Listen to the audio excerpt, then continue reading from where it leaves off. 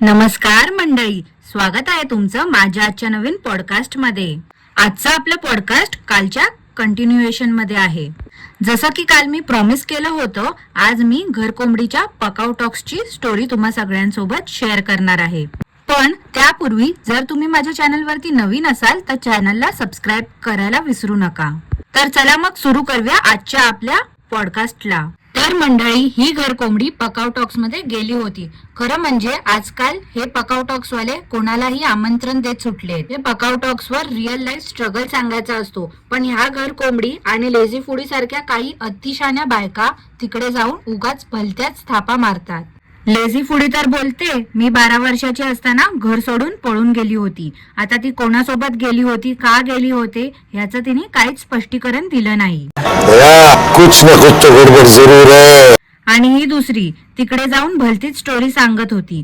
आता मंडळी, हिचं स्ट्रगल स्टोरी ऐका हा. जन्म झाल्यापासूनच ह्या काकूंचा स्ट्रगल सुरू झाला. आता यांना मी काकू ह्यासाठी बोलते कारण कितीही फिल्टर वापरले, मेकअप केला, फेक प्रोडक्ट्स यूज केले तरी काय वय चेंज होणार नाही. त्यामुळे ह्या माझ्याहून वयाने मोठ्या असल्यामुळे मी यांना काकू बोलणंच प्रेफर करते.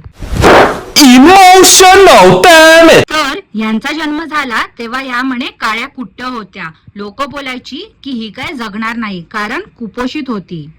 पण तिच्या वडिलांनी सांगितलं की ही पहिली मुलगी झाली आहे तर हिचं नाव आपण मनीश्री ठेवूया, कारण पहिली मुलगी ही धनाची पेटी असते. त्यानंतर काकू बोलल्या की घरची परिस्थिती सुधारली कारण पप्पा कोणताही जॉब करत नव्हते, पण नॉर्मल जे काही जॉब असतात ते सुरू होते.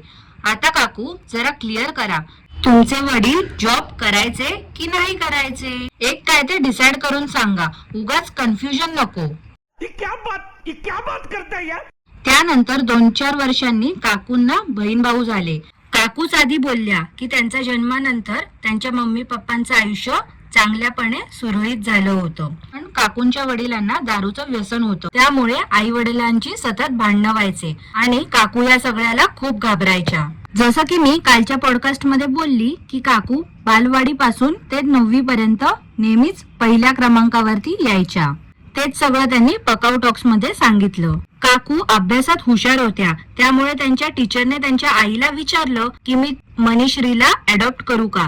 त्यावर काकूंची आई नाही असं बोलली.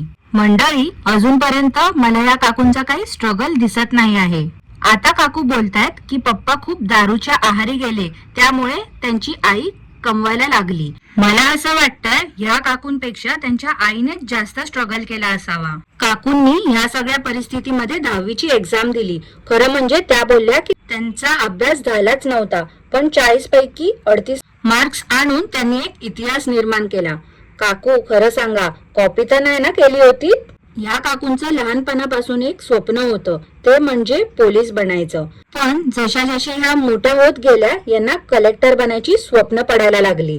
काकूंनी कसं बसं BSc कम्प्लीट केलं. त्यानंतर काकूंना घरच्यांनी स्थळ बघायला सुरुवात केली. खरं म्हणजे ह्या काकूंना लग्न करायचं नव्हतं बरं का, पण आजूबाजूच्या गावातला मुलगा चालेल असं त्या बोलल्या.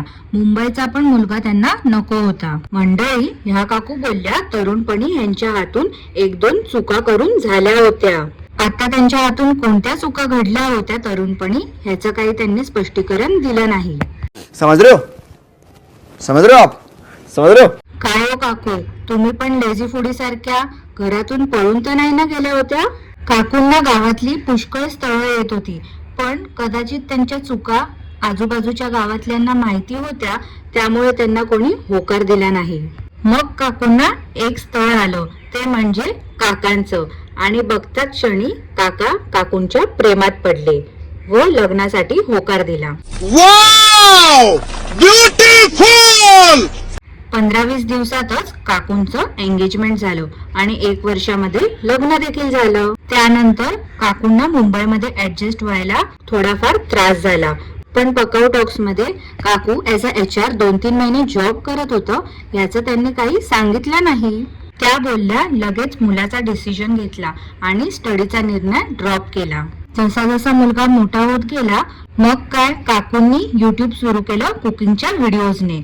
कोविड चालू असताना काकांचं वर्क फ्रॉम होम सुरू होतं आणि तेव्हा त्यांच्या मॅनेजरने देखील काकूंना शाउट आउट दिला होता. मग सुरू झालं काकूंचं व्लॉगिंग आणि इकडेच काकूंचा पकाऊ टॉक्स एंड झालं. भाई हम तो शुरू होते खत्म हो गया यार. आता मंडळी मला प्रश्न पडलाय, तो म्हणजे यात नेमकं स्ट्रगल काय होतं. तुम्हाला जर काकूंचा स्ट्रगल दिसला असेल तर प्लीज मला कमेंट करून सांगा आणि आजचा पॉडकास्ट कसा वाटला ते देखील कळवा, कारण ह्यापुढे देखील ह्या घर कोंबडीवरती व्हिडिओज येणार आहेत. चला तर मग भेटू उद्या एका नवीन व्हिडिओ सोबत. पण त्यापूर्वी आजच्या पॉडकास्टला लाईक, शेअर, कमेंट करायला विसरू नका. सोबतच चॅनलवर नवीन असाल तर चॅनलला सबस्क्राईब करून घ्या. धन्यवाद.